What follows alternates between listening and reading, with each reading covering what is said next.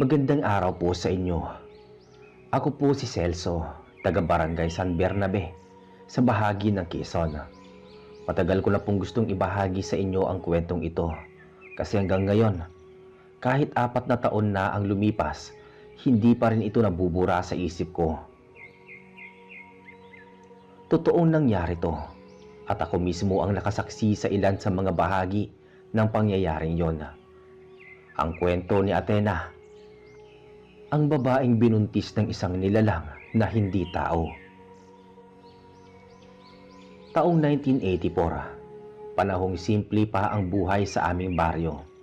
Lahat magkakakilala, halos bawat kanto may taniman ng nyog, at sa gabi, tanging kuliglig at alon ng hangin sa palayan ang maririnig.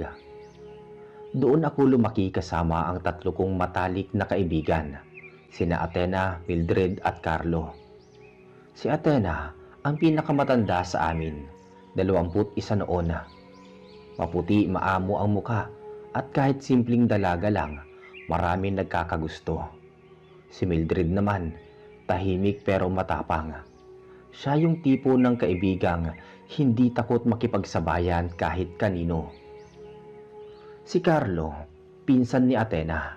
Siya yung laging kasama ko sa paghuhuli ng isda sa sapa o kaya pagputol ng kawayan sa gilid ng gubat. Ako naman si Celso, ordinaryong binata lang, anak ng magsasaka. Nung una normal ang lahat, pero isang araw, napansin namin ni Carlo na si Athena madalas nang lumabas mag-isa.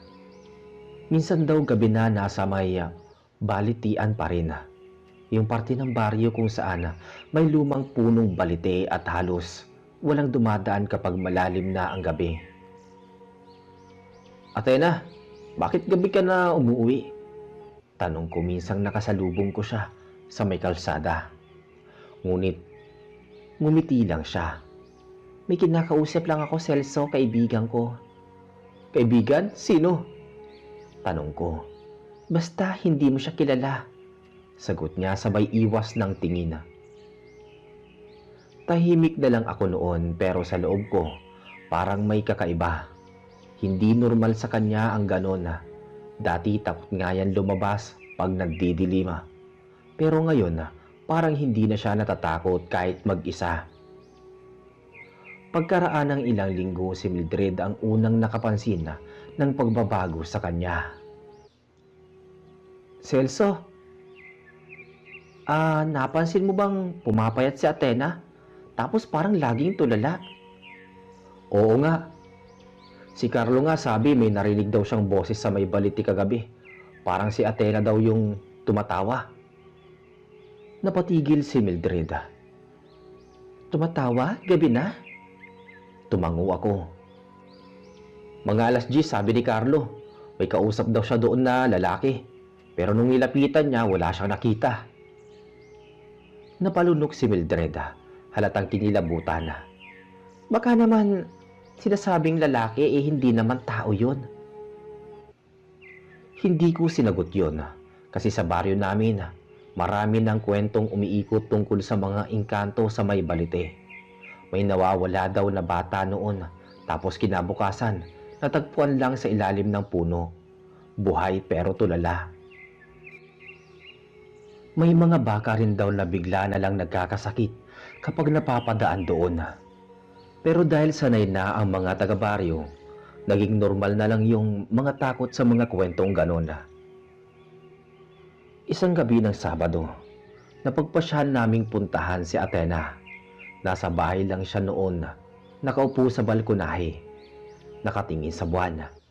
Tahimik ang paligid, tanging huni ng tuko at hangin lang ang maririnig. Athena? Tawag ni Mildred. Napalingon siya pero may kakaibang lamlam sa mga mata niya. Para bang malalim ang iniisip. Oh, nandito kayo. Sabi niya, bahagyang nakangiti. Gabi na bakit hindi ka pa natutulog? Tanong ni Carlo. Hindi ako makatulog Ang ganda kasi ng buwan. Nagkatingin ang kaming 3. Hindi naman kami sanay na ganito siya katahimik. Dati yung bungis-ngis na Athena, Pero ngayon, parang laging malayo ang tingin. Maya-maya, bigla siyang tumayo at tinuro ang puno ng balite sa di kalayuan. Doon siya.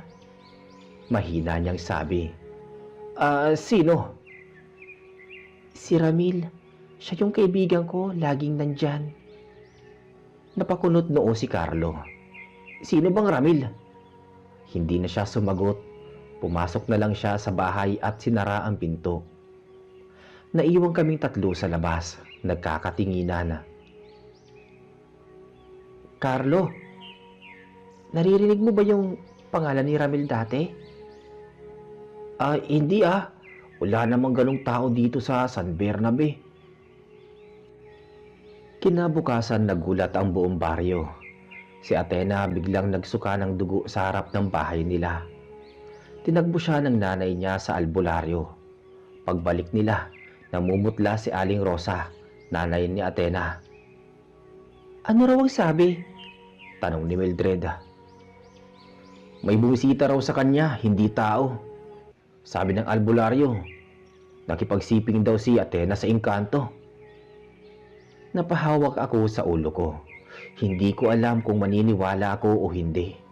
Pero nung nakita ko si Athena kinagabihan, halos hindi ko na siya makilala. Mabutla, may itim sa ilalim ng mata, at ang tiyan, unti-unti nang bumubukol. Athena, bakit hindi mo sinasabi sa amin kung ano talagang nagaganap? Tanong ko. Tahimik lang siya. Ilang sandali bago siya sumagot. Celso, hindi ko sinasadya. Akala ko tao siya. Ang bait niya pero isang gabi dinala niya ako sa ilalim ng puno. Pagdilat ko iba na ang paligid. Ang liwanag pero walang araw. At ang mga tao hindi naglalakad. Parang lumulutang tapos huminto siya. Nanginginig ang boses. Hindi ko na alam kung anong nangyari pagkatapos nun. Hindi ko na rin siya pinilit magsalita, pero mula noon, nagsimula na ang mga kakaibang pangyayari sa baryo namin. Tuwing gabi may maririnig na yapak sa bubong ng bahay ni Athena. Minsan parang may humahaplos sa mga pader o may aninong dumaraan sa likod ng bintana. Celso, tulungan mo ko.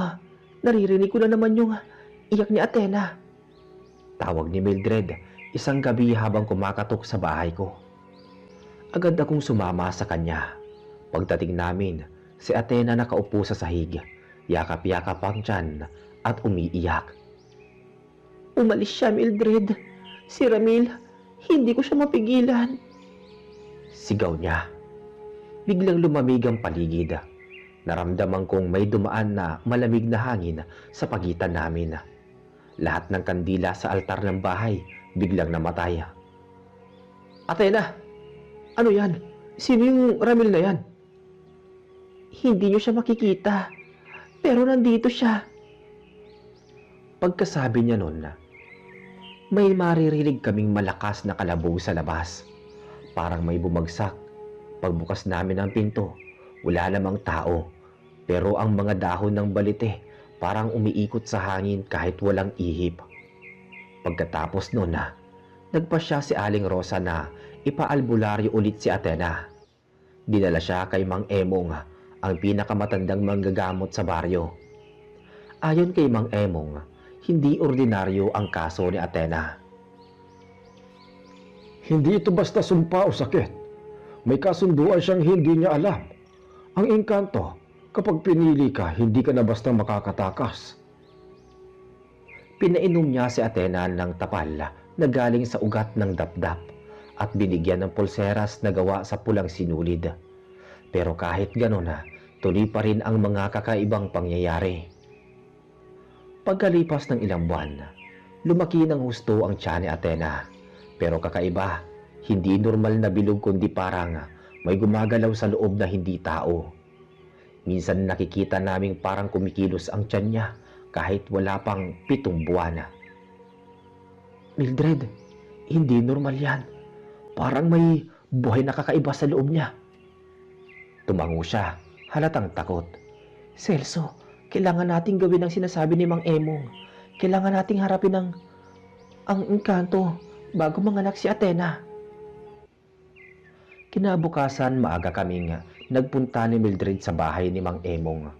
Tahimik ang baryo ng umagang yun, pero ramdam ko sa hangin yung bigat ng gabi kagabi.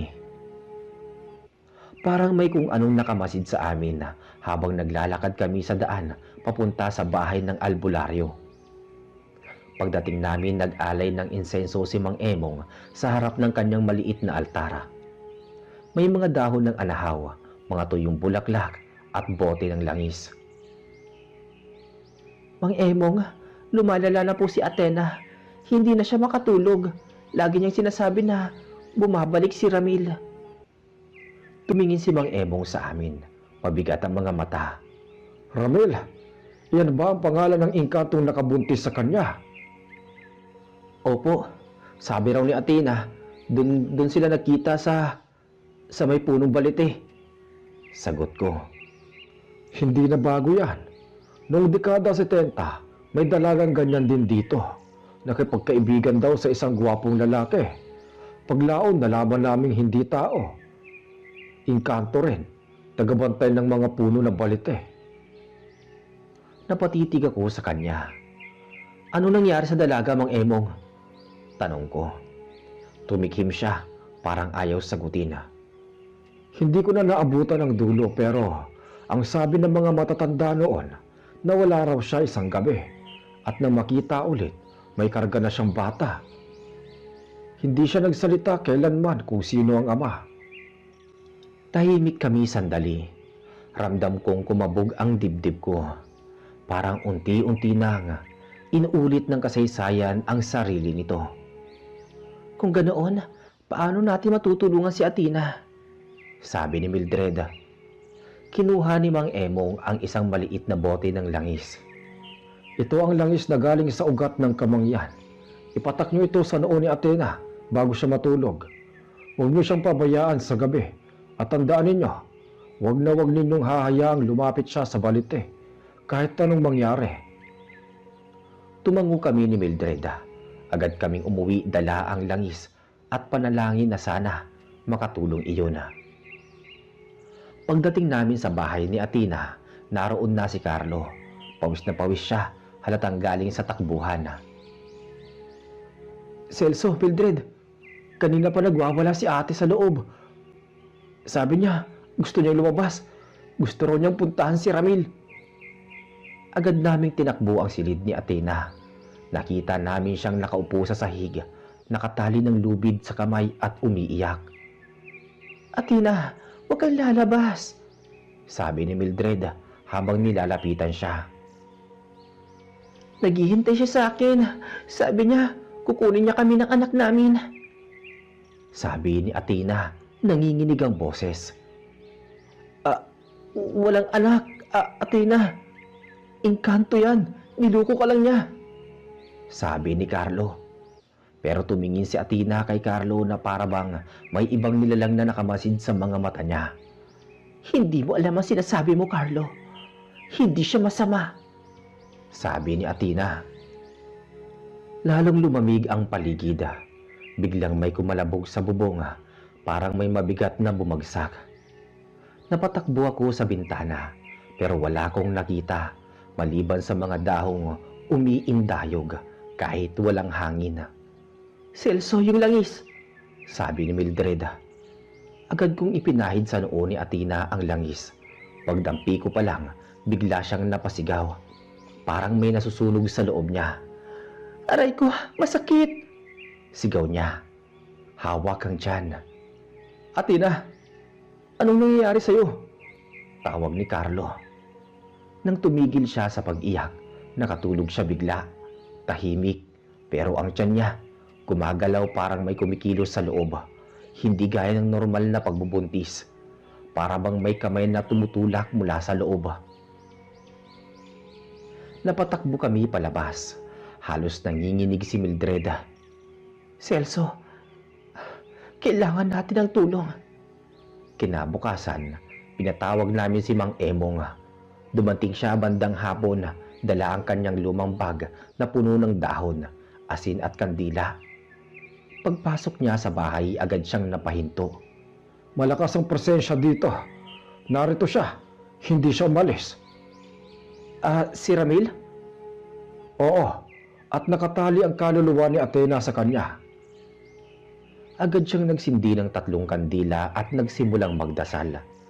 Naglagay siya ng asin sa 4 na sulok ng bahay. Habang nagdarasal, biglang lumakas ang hangin sa loob, kahit sarado ang mga bintana. Umalis ka na. Hindi ka nararapat dito. Sigaw ni Mang Emong. Biglang may narinig kaming boses. Boses ng lalaki. Mahina, pero malinaw. Hindi mo siya maaalis sa akin. Napalingon kami. Si Athena, gising na. Pero hindi siya yung dating Athena. Ibang-iba ang itsura ng mga mata niya. Parang walang puti. Itim lang lahat. Ramil, Bulong niya, sabay ngiti na nakatitindig balahibo. hindi mo siya makukuha. Sigaw ni Mildred habang hinahawakan ang kamay ni Athena. Pero biglang napatras si Mildred, parang tinulak ng hindi nakikitang lakas. Napatumba siya sa sahig. Mang Emong! Celso, kunin mo ang bote. Ipatak mo ulit sa noo niya. Ginawa ko kaagad, pero bago ko pa maipatulo, biglang sumigaw si Athena. Hindi na boses niya ang boses na iyon.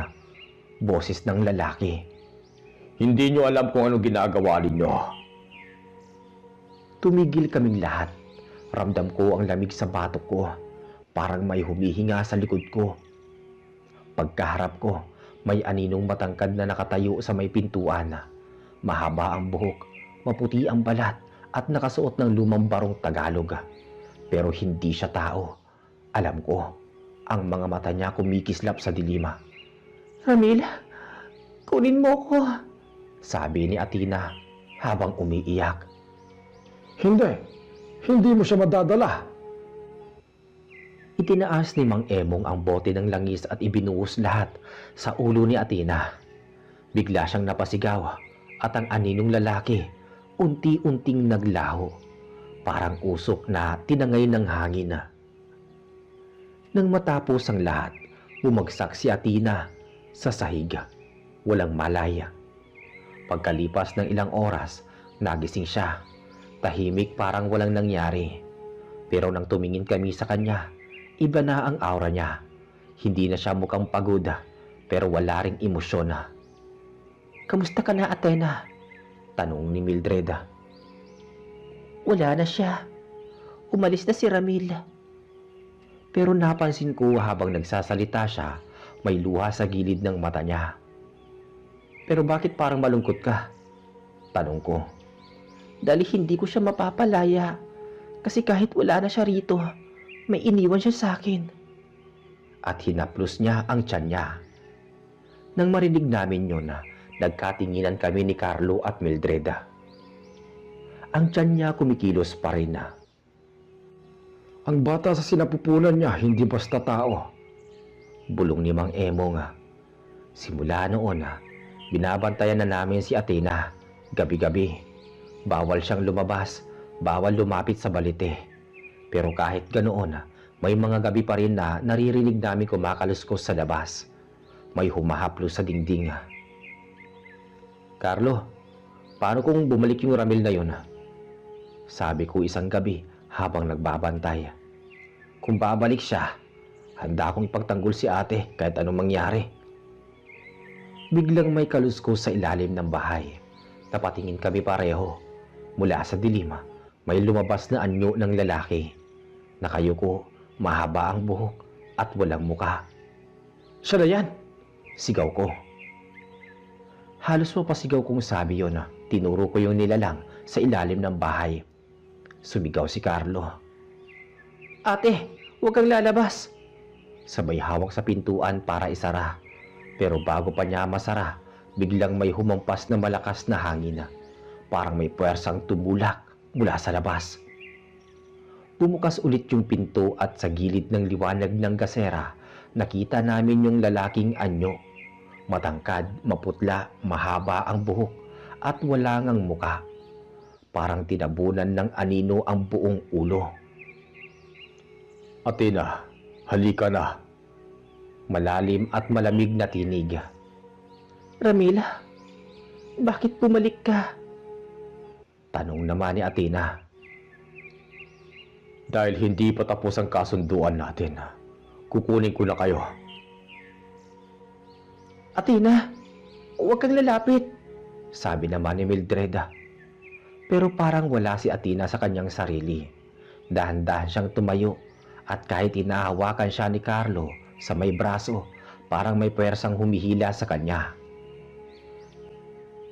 Carlo, hawakan mo siya. Sigaw ko. Hawak ko na. Pero parang may tumutulak sa akin. Sabi ni Carlo. Nakikita kong nanginginig ang mga braso ni Carlo. Halos mapunit na ang manggas niya sa lakas ng pagkakahawak kay Athena. Ramil, Sigaw ni Mang Emong na biglang sumulpot sa may likod. hindi mo siya maaaring dalhin. Walang karapatan ang tulad mo sa kaluluwa ng tao. Tumingin yung nilalang sa kanya. Kahit wala itong muka, naramdaman naming lahat na nakatingin itong diretso sa amin, sa mismong kaluluwa namin. Tanda, huwag mong pakialaman ang hindi mo naiintindihan. Kumalabog ulit ang paligid. Natigilan ang mga manok sa labas. Tumilapo ng mga gamit at ang mga kandila. Sabay-sabay namatay. Celso, ang gasera. Sigaw ni Mildred. Kinuha ko kaagad at pinailawan muli. Sa sandaling umilaw ulit ang paligid, wala na yung anino sa ilalim ng bahay. Pero si Athena, nawawala. Tangna, nasan si ate? Sigaw ni Carlo halos maiyak sa galit. Tumakbo kami palabas. Sinundan yung bakas ng yapak sa putik. Humantong yung mga bakas sa may punong balite sa dulo ng baryo. Pagdating namin doon, nakita namin siya, si Athena, nakatayo sa harap ng puno. Yakap ang tiyan niya na umiiyak. Athena, tawag ko. Paglingon niya sa amin, nanlaki ang mata ko. Mukha niya ay parang hindi na sa kanya, maputla, mga ugat na gilid ng pisngi, at ang mga mata kulay abo. Celso, tulungan mo ko. Mahinang tinig niya. Alika, uwi na tayo. Sabi ni Carlo habang dahan-dahang nilalapitan siya. Ngunit bago pa siya makalapit, biglang umangat ang hangin at mula sa likod ng puno may lumitaw na liwanag. Puting-puti pero nakakasilaw. Mula sa liwanag na yon unti-unting sumulpot si Ramila sa anyong mas malinaw ngayon. Gwapo, makisig, pero ang mga mata malamlam at malamig. Hindi mo siya madadala, Ramil. Sa ngalan ng may kapal, lumayas ka. Sigaw ni Mang Emong, hawak ang bote ng langis at isang krus. Ngumiti lang si Ramila. Hindi mo ko kayang paalisin, matanda. Ang sinapupunan niya ay dugo ko na. Ang bata sa loob niya, kalahati ng lahi namin. Nang marinig ko yun, parang natuyuan ako ng dugo. Si Athena tuloy-tuloy lang ang pag-iyak. Hindi ko siya gustong saktan. Minahal ko siya. Pero kailangan niya bumalik sa lugar namin para mabuhay ang anak namin. Hindi siya sasama! Sigaw ni Carlo sabay hagis ng asin sa hangin. Sumigaw si Ramil parang nasusunog ang balat. Nagdidilim at naglalaho ang liwanag sa paligid. Hindi niyo alam ang pinapasok ninyo, sabi niya. Biglang umuga ang lupa sa paligid ng balite. Narinig namin ang mga sanga, parang naglalakad, gumagalaw, lumalapit sa amin. Mang Emong, ano to? Kailangan nating tapusin to ngayon. Celso, ilapit mo si Athena dito. Dali-dali kong nilapitan si Athena. Halos wala na siyang malay. Ilagay mo tong tali sa pulso niya. Utos ni Mang Emong sabay abot ng pulang sinulid. Pagkakabit ko pa lang ng sinulid, biglang sumigaw si Ramila. Hindi mo siya may tatali sa inyo. Umangat siya sa ere. Kasabay nun, Ang tiyan ni Athena gumalaw ng malakas. Napasigaw si Athena. Halos mawalan ng boses. Celso, may lalabas. Sigaw ni Mildred. Tumingin ako at doon ko nakita ang hindi ko malilimutan habang buhay. Sa ilalim ng buwan sa gitna ng balite, bumuka ang tiyan ni Athena. Hindi ko maintindihan kung papaano parang may kamay na lumabas mula sa loob.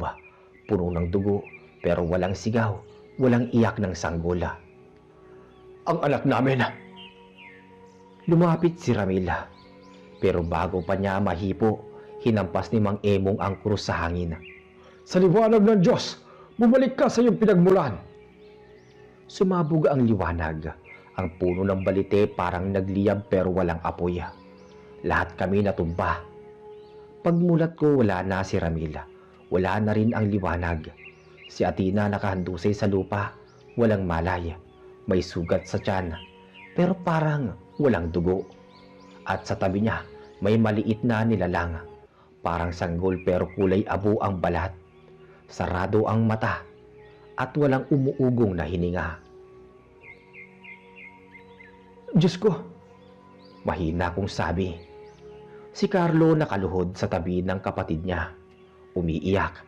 Ate, gumising ka naman ate. Dahan-dahang dumilat si Athena. Celso, nawala na siya. Wala na si Ramil. Athena. Sagot ko. Pero umiling siya. Hindi nandito pa siya. At itinuro niya ang sanggol. Nang lumapit ako, nakita kong kumilos yung nilalang kahit hindi pa humihinga. Ang mga mata nito biglang bumukas. Kulay itim parang walang puti. Celso, iyan ang kalahating engkanto. Sabi ni Mang Emong. Napatras ako. Ano gagawin natin dyan? Hindi natin pwedeng saktan, pero kailangan itong ilayo sa baryo. Saan lugar? Tanong ni Mildred. Tayong gubat ng malasugi ang kayang tumanggap ng ganitong nilalang. Iwan natin doon bago magbukang liwayway. Walang nagtanong pa. Dinala namin yung sanggol, binalot sa tela at naglakad papuntang gubat. Si Athena iniwan muna kay Aling Rosa, mahina pa. Pagdating namin sa loob ng gubat, halos 4:00 na ng umaga. Tahimik ang paligid, walang huni, walang hangin. Dito, ilagay ninyo ang bata rito. Maingat kong inilapag yung nilalang. Nakapikit ito, parang natutulog. Pero bago pa kami umalis, biglang naliwanag ang paligid. Malamlam na asul, parang liwanag ng buwan. Umalis na tayo. Tumakbo kami palabas ng gubat. Pag-uwi namin, nakita namin si Athena gising na. Nakaupo siya, hawak ang tiyan. Parang alam niyang may nangyari. Tapos na ba? Tanong niya. Oo, sagot ni Carlo. Pero nanginginig pa rin ang boses. Nilayo na namin yung sanggol. Dagdag pa niya. Ngumiti siya ng mahina. Salamat. Sana matahimik na siya. Simula noon naging maayos na ang lahat. Si Athena, hindi na muling ginagambala ni Ramila dahil binigyan siya ng matinding pambakod poder at isinarado ang pangatlong mata upang hindi na makakita ng kung ano-anong nilalang o engkanto. Ngunit talagang tumatak na sa kanilang isipan at hindi na malilimutan ang karanasan naming iyon. Nang nabuntis si Athena ng engkanto. At dito po natatapos ang ating kwento. Maraming salamat po sa inyong pakikinig. Hanggang sa muli.